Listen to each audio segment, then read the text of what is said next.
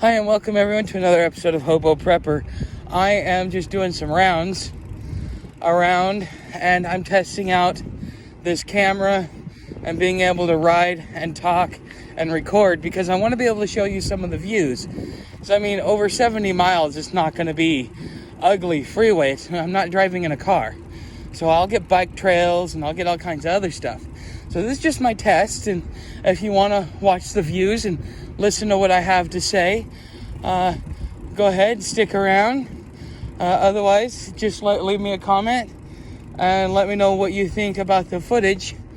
No, I am just riding around in circles because there's one tiny little flat spot in my area. The rest of it, if you look coming around, will be a hill. And then if you go the other direction, there's another hill. And if you go behind me, instead of turning left, if I had to turn right, there's another hill. But let's see if you can see this on the camera. Now, it doesn't look like a big hill from here, but here's the thing: these hills, it's not like stairs where you can just quickly jump up. So let's observe the traffic laws. Go ahead.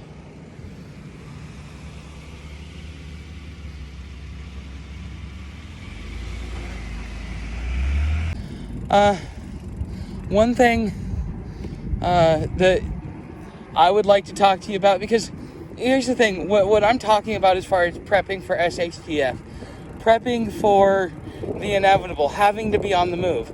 See, I think that, and see, I fell into this just by circumstance, the way that the whole world just kind of unfolded for me.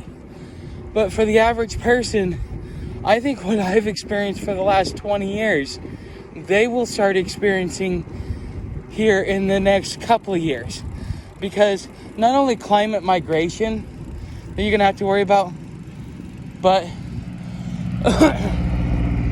when people start losing their houses and people start losing their jobs and they're in an area where the weather isn't really good for them, like they're in Arizona or New Mexico, you know, where the water's running out, Nevada, you know, or they're in the extreme north like Maine. I mean, that's some crazy shit. Or Alaska. But wherever you are, you're going to have to migrate, if not for work, for food, for resources. It's not going to be just because of the weather. It's all the things that the bad weather creates that's going to cause the migration.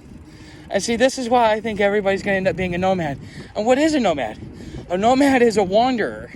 A nomad has no home, no place. They're just wandering until they find a place that their body and their mind say, yeah, this is where I belong. And until then, they're just gonna wander. And see, I did that in my 20s until I ran into San Francisco. San Francisco was that place where I was like, man, this is my paradise. This is where I want to live the rest of my life. Now, for some of you may not understand it, but San Francisco has its own version of anarchy. And you've got nothing but former alphabet soup agents that retire there. There's a huge intelligence community in San Francisco.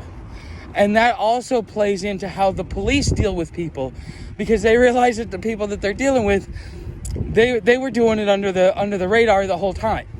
So that is kind of like a paradise where you go and you know you can be you.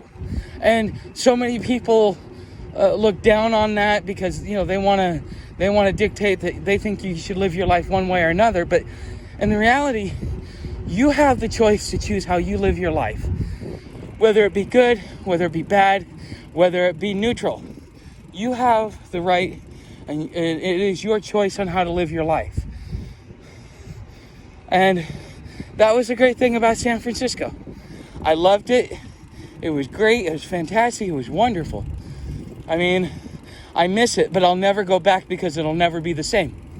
And see, I think that's something else that I learned being a nomad, is that you go to a place, you have an experience.